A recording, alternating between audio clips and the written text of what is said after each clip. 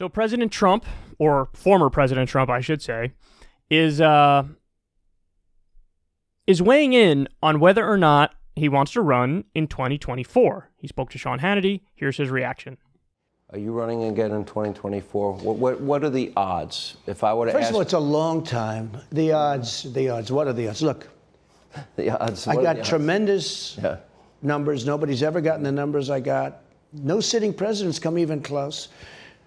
There's more popularity now than there was the day before the election because they see how bad things are at the border. They see what's going on. They see that their guns are going to be gone, their Second Amendment, their taxes are going up, regulations are going through the roof, jobs are going to go out.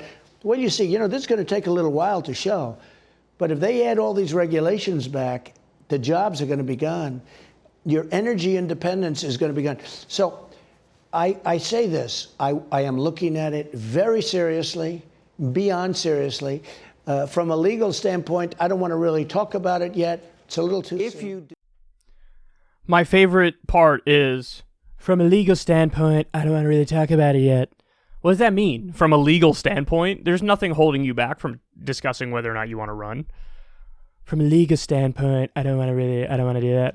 I don't know what that means, but it's just funny that he brings it up. Almost as like, what he's trying to do is like shut down the conversation without saying like, hey, I don't want to talk about this. So he says, legally speaking, I don't know if I can.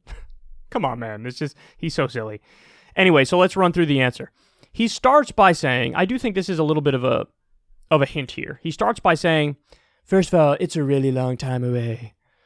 Okay, we'll come back to that. Then he does the typical Trump, like, I'm tremendous, I'm amazing, I have the best numbers, I'm so popular, nobody's ever been as popular as me, even though I just lost an election to a guy who's half dead.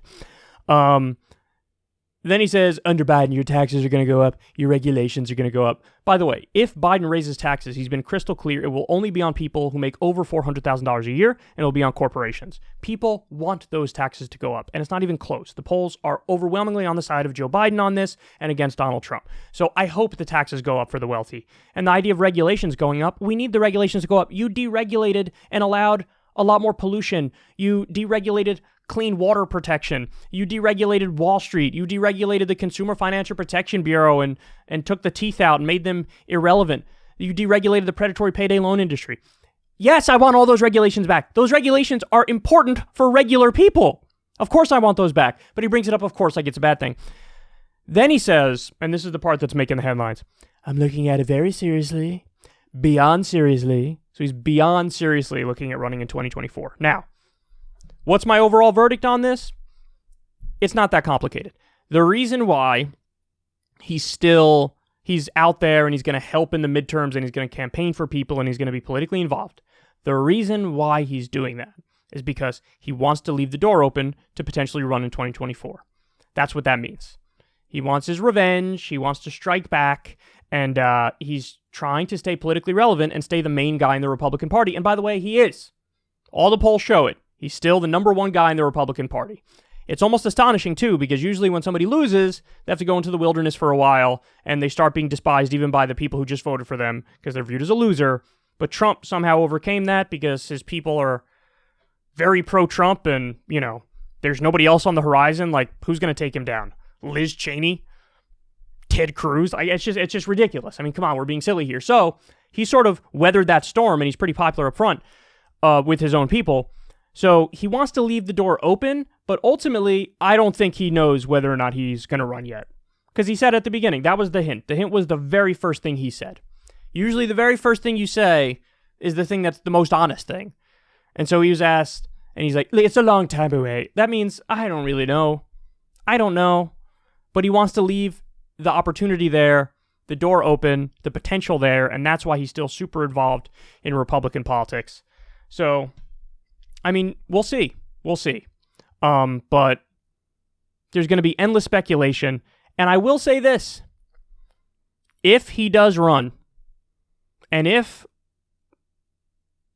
it's up against Kamala, if Kamala somehow wins the Democratic primary, and it's Trump versus Kamala, oh, man. Oh, boy. I think Trump can win again. If it's Trump versus Kamala Harris, Kamala already showed she has no idea how to run a campaign. None. She was out before Iowa. She went from being a favorite to not even being in for Iowa. Her support imploded. She doesn't know how to run a campaign.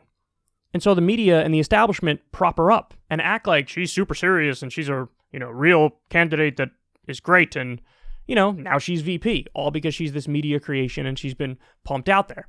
But if she's got to stand on her own two legs against Donald Trump in a general election, oh, sweet Jesus. Oh, my God. Trump can win again. So look out. We don't know what the future holds. And of course, this is pure speculation at this point, but a number of scenarios that can unfold are terrifying.